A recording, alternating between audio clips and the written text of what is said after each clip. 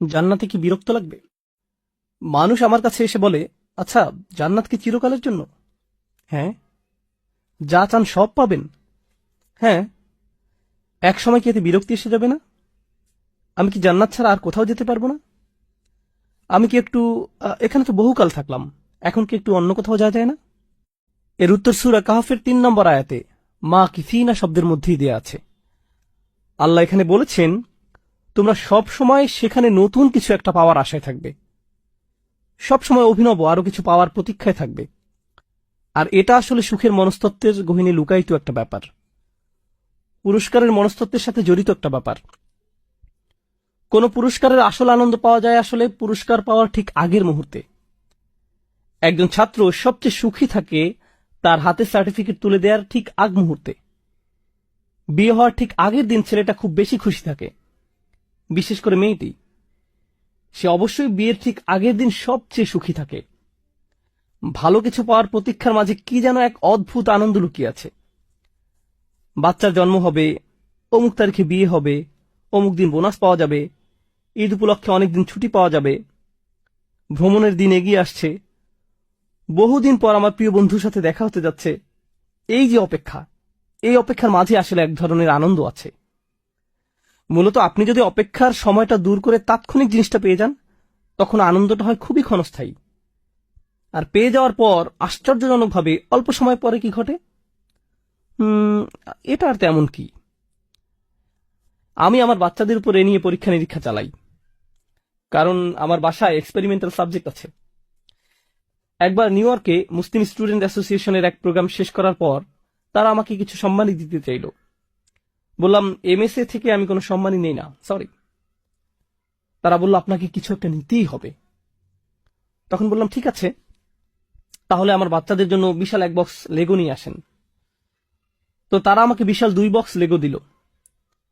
বাসায় এনে আমি সেগুলো শেলফে রাখলাম। তারপর আমার 2 ছেলেকে বললাম, 30 দিন পর তোমরা এগুলো খুলতে পারবে। তারা 2জন পুরো অস্থির হয়ে গেল, পাগল হওয়ার মতো অবস্থা। আব্বা, আমরা কি এখন খুলতে পারবো?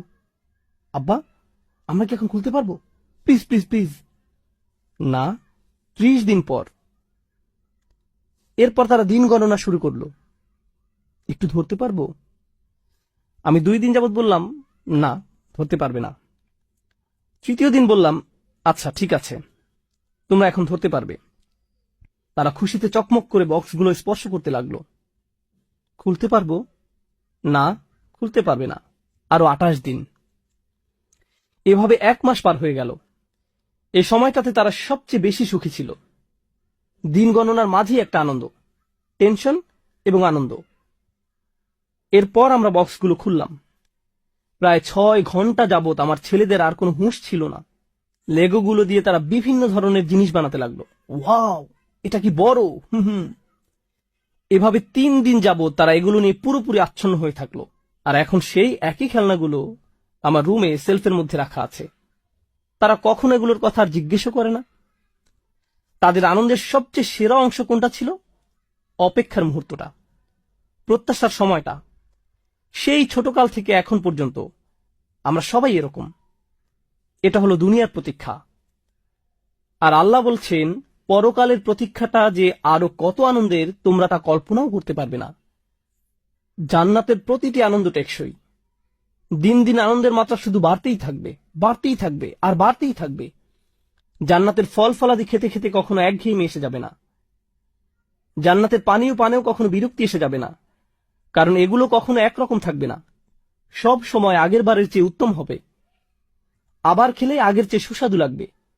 দুনিয়াতে সবকিছুর একটা সীমা আছে, একটা পর্যায়ে আসার পর আর ভাল লাগে না। কিন্তু জান্নাতে প্রতিটি আনন্দ সব সময় বৃদ্ধি পেতে থাকবে। এটাই হলো মা কিফিন।